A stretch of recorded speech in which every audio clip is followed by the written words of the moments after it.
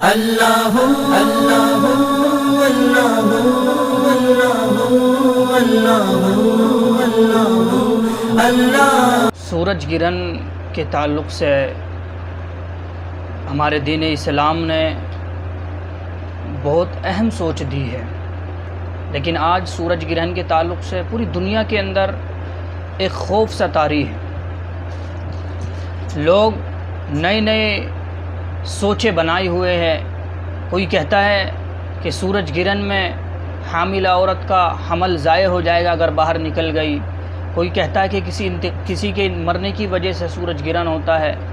کوئی کہتا ہے کہ سورج گرہن میں چولہا نہیں جلانا چاہیے، باہر نہیں نکلنا چاہیے، بلکہ اسلام نے ہمیں جو بتایا ہے اور اسلام نے ہمیں سوچ اور فکر دی ہے وہ انوکھی سوچ ہے۔ اسلام کہتا ہے کہ سورج اور چاند یہ اللہ کی مخلوق ہے۔ اسلام کہتا ہے کہ بغیر اللہ کے عطا کے کوئی عطا نہیں کر سکتا، بغیر رب کے چاہے کوئی کچھ نہیں کر سکتا۔ جب تک میرا رب نہیں چاہے گا نہ کوئی پریشانی آئے گی، نہ کوئی وبا آئے گی، نہ کوئی مصیبت آئے گی۔ یہ اسلام کہتا ہے، ہمارا یقین ہے، ہمارا ایمان ہے کہ بغیر رب کی مرضی کے کچھ نہیں ہوتا۔ سورج گرہن کے تعلق سے احادیث کریمہ کے اندر بے شمار مواد ہے۔ حضور کے دور میں بھی سورج گرہن ہوا ہے۔ بخاری شریف حدیث نمبر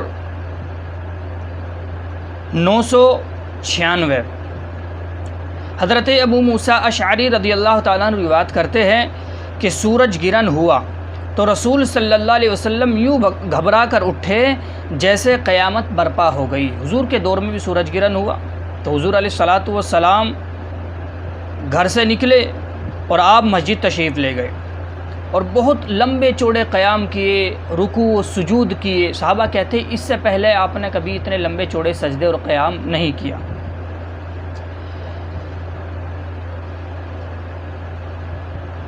فرمایا یہ اللہ کی نشانیاں ہیں۔ حضور سے صحابہ کرام نے پوچھا یا رسول اللہ اب سے پہلے ہم نے آپ کو ایسی نمازیں پڑھتے نہیں دیکھا، تو حضور علیہ الصلاۃ والسلام نے فرمایا یہ نشانیاں ہیں جنہیں اللہ تعالیٰ ظاہر کرتا ہے، یہ کسی کی موت کے باعث نہیں بلکہ اس کے ذریعے اللہ تعالیٰ اپنے بندوں کو متنبہ کرتا ہے، آگاہ کرتا ہے۔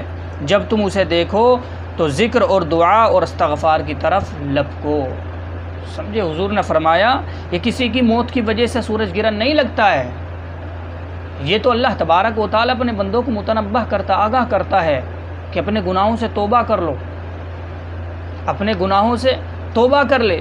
اور ایک حدیث پاک سیدہ عائشہ صدیقہ رضی اللہ تعالیٰ عنہ سے مروی ہے، مغیرہ بن شعبہ روایت کرتے ہیں جب ابراہیم حضور علیہ الصلاۃ والسلام کے بیٹے ان کا جب انتقال ہوا تو اس دن ہونا یہ تھا کہ سورج بھی گرہن ہو گیا اس دن، یعنی جس دن حضور کے بیٹے حضرت ابراہیم کا انتقال ہوا اس دن سورج بھی گرہن ہوا۔